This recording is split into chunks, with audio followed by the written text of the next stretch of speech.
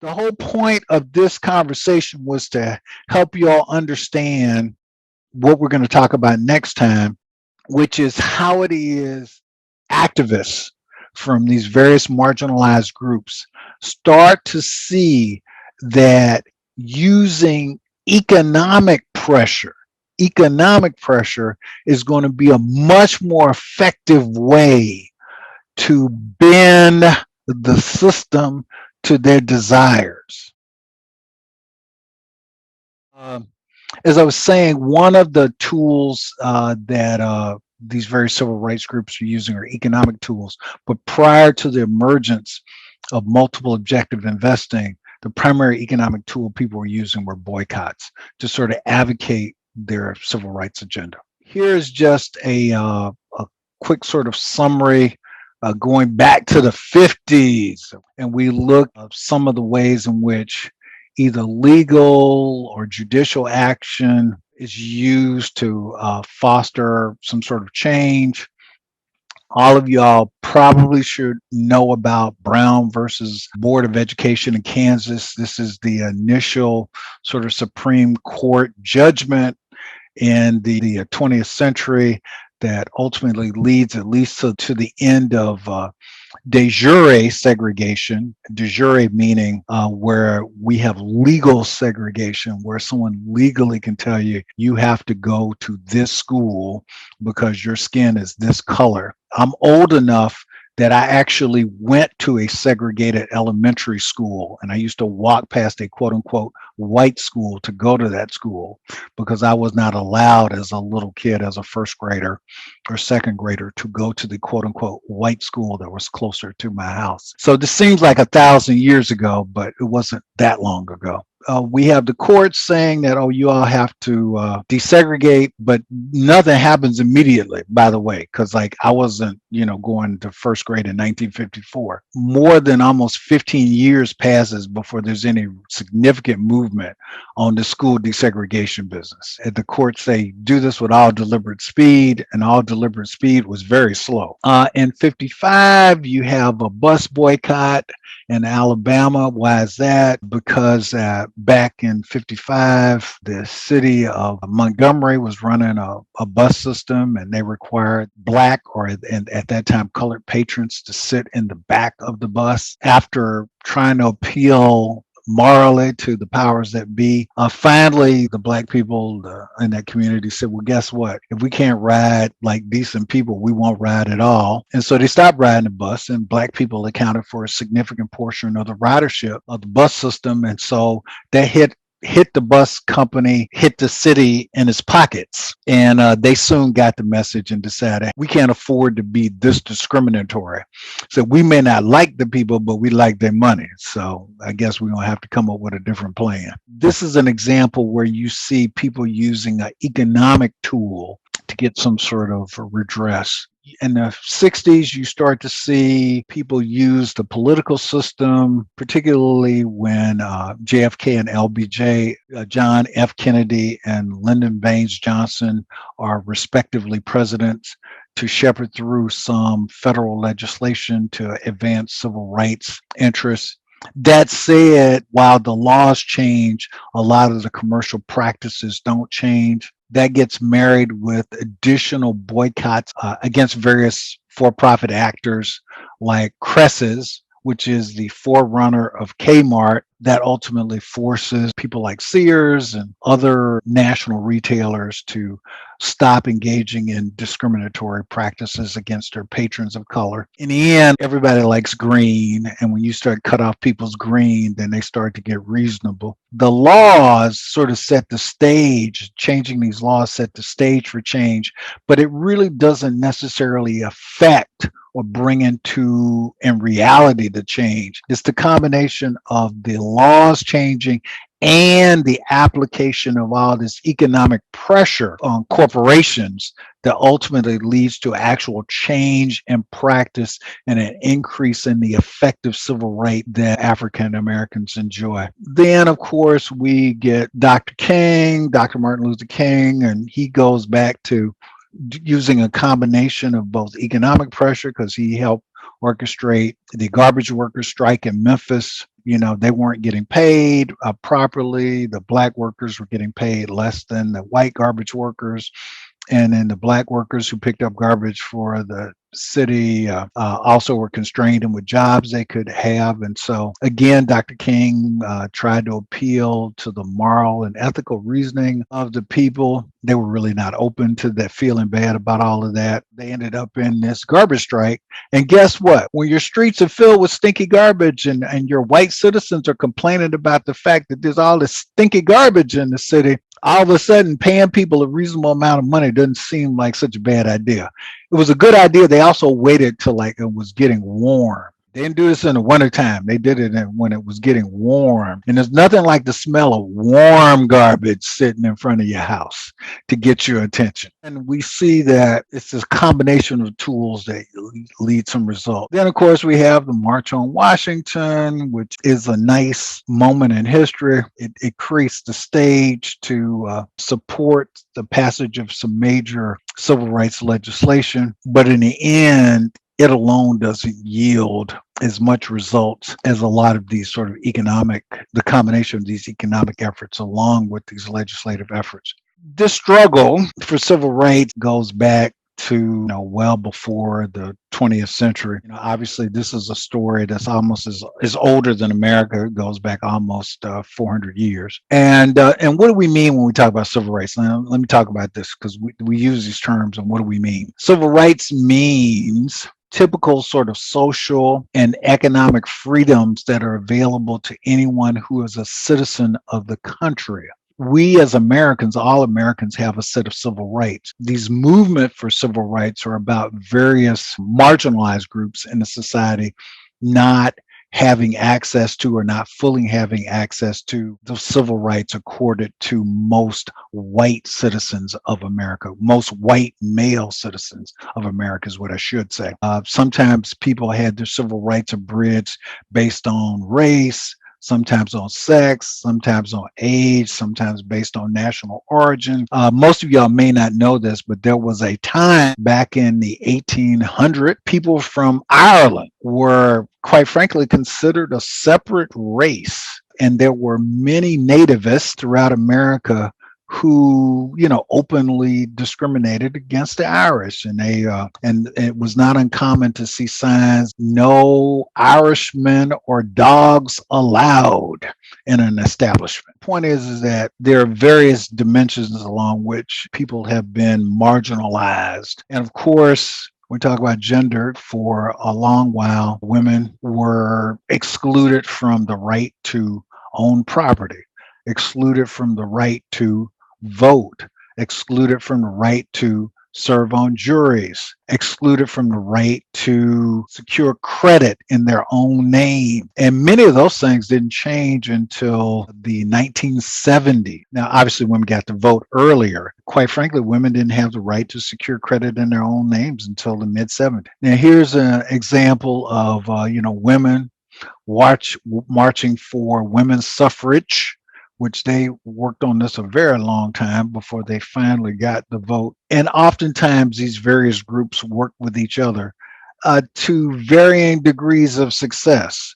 Now, the fact that we still have conversations about marginalized groups of people and that women still make less money than men in America, quite frankly, suggests that this is a work in progress.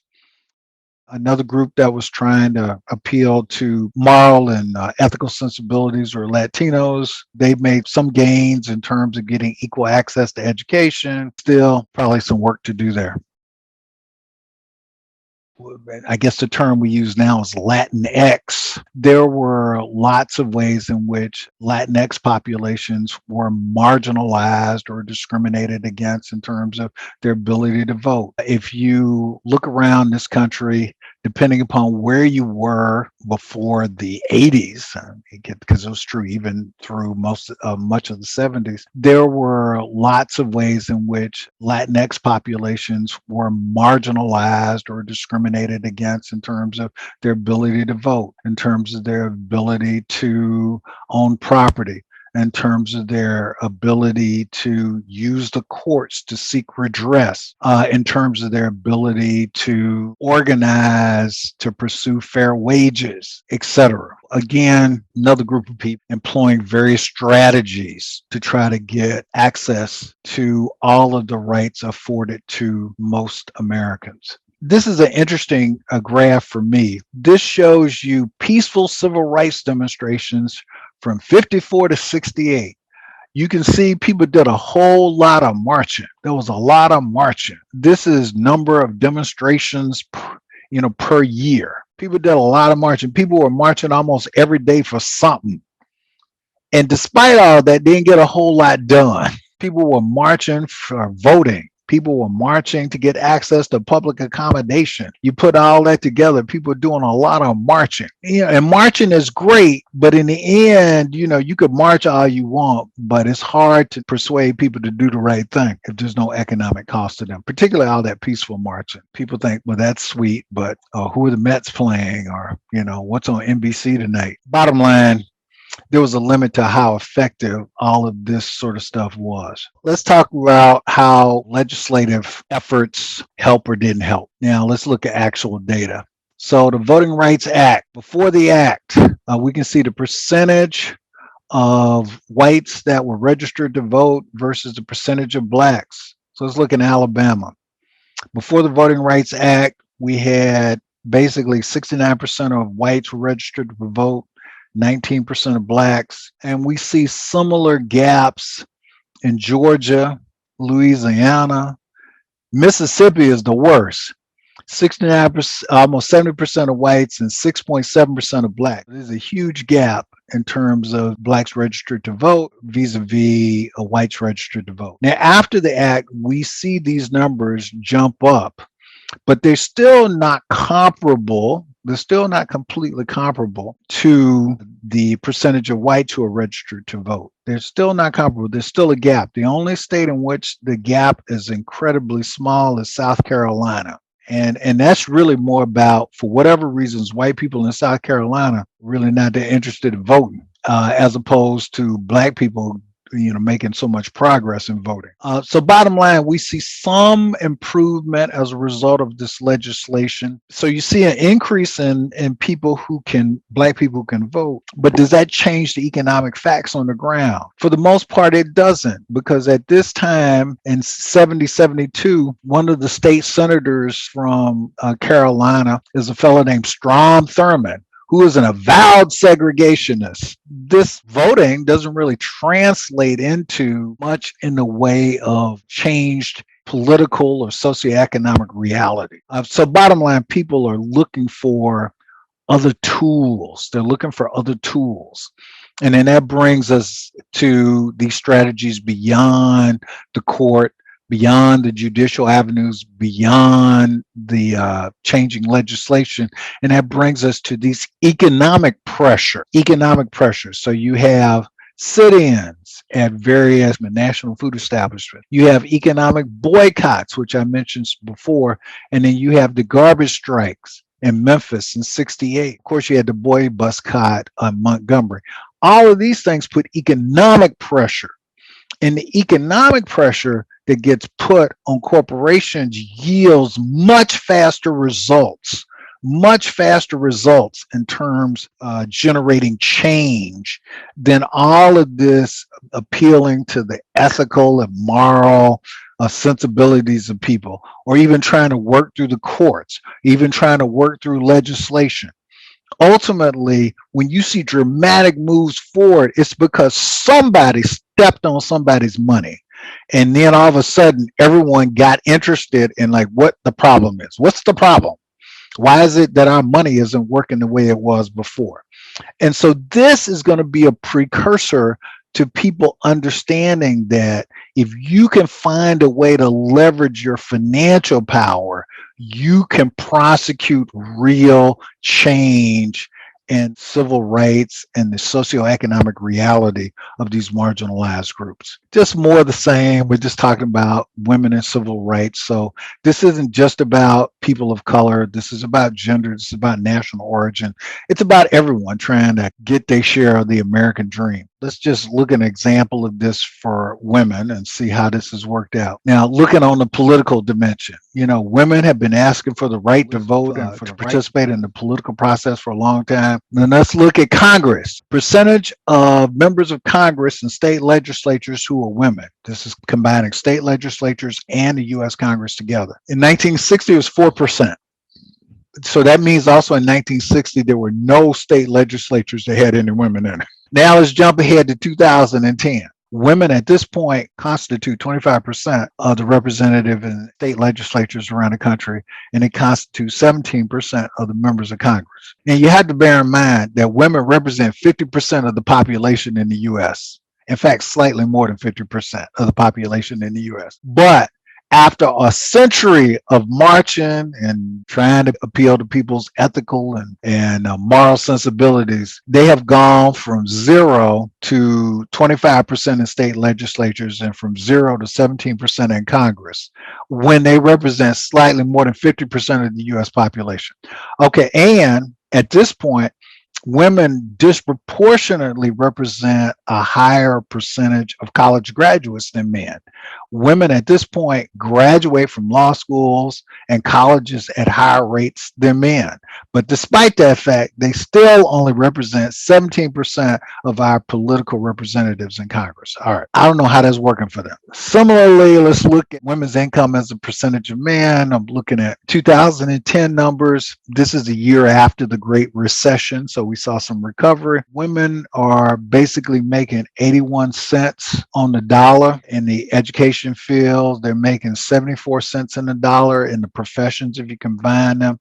If you look in service field, they're making 78 cents for every dollar a man earns. In the office and sales area, 81%. And in production, manufacturing, they're making 74 cents for every dollar a man earns. So bottom line, they still haven't gotten economic or wage parity. And then, of course, there's Asian American. Now, we think of Asian Americans as a quote unquote model minority, but they are not immune to being marginalized economically and socially and politically either. During World War II, many American citizens of Japanese ancestry were rounded up and shipped off to internment camps. They were rounded up and shipped off to internment camps, and they had their businesses taken away from them, and they found themselves stuck in these prison camps for the duration of World War II. And after they were released, after we won the war against Japan and won the war against Germany, they were let go, and the American government did not compensate them for their lost homes, businesses, etc., or for the time in which they were stuck in these internment camps. So bottom line, some more people trying to advocate for their interests. Now, the Asian Americans generally have taken the posture of let's just be nice and eventually white Americans will love us. But that didn't really work out that well for them either. So eventually some of them started to sue, try to use the courts to get some redress. I want to make this point about this internment camps. This wasn't just a few people that got rounded up. More than 110,000 Japanese Americans. Think about that. More than 100. That's more people that are in the city of Brunswick. More than 110,000 Japanese Americans were forced to leave their homes and go to camps. Lost all their property, everything. I mean, it's just incredible when you think about it. Now, of course, our former President Trump had demonstrated how tenuous their position is because once he associated the coronavirus as the China virus, then there's been a huge spike in the reports of violence against Asian Americans all over the country.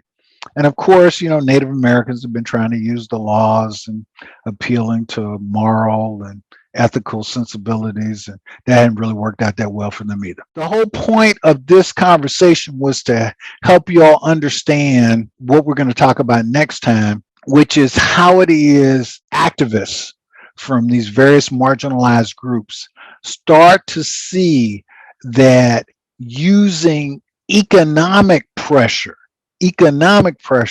is going to be a much more effective way to bend the system to their desires. So next time when we get together, we'll talk about how particularly people start to use the disinvestment campaigns in the 60s and 70s, and initially it starts around South Africa, but then expands to other issues. They start to use this as a way to co-opt the power of corporations to prosecute their agendas for change.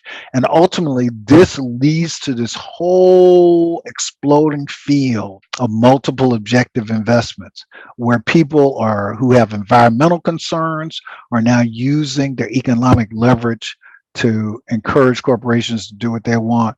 People who have gender equity concerns are using their economic power to encourage corporations to do what they want. People who have concerns about equity around race and ethnicity issues are using that. People who have concerns around sustainable development are using this. And people who have concerns around war profiteering, people who are using their economic power to essentially put pressure on corporations around marketing products and services that support and encourage conflict and war, and using the economic power to curtail that. So the bottom line is all of this comes out of, quite frankly, the frustrations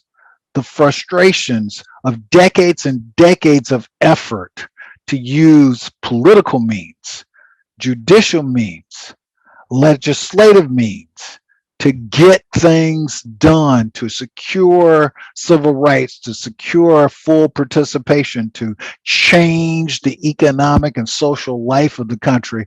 And then these various marginalized groups start to realize that if you could put pressure on people economically, you can make progress. And that opens up this whole field of socially responsible investing, multiple objective investing. All right.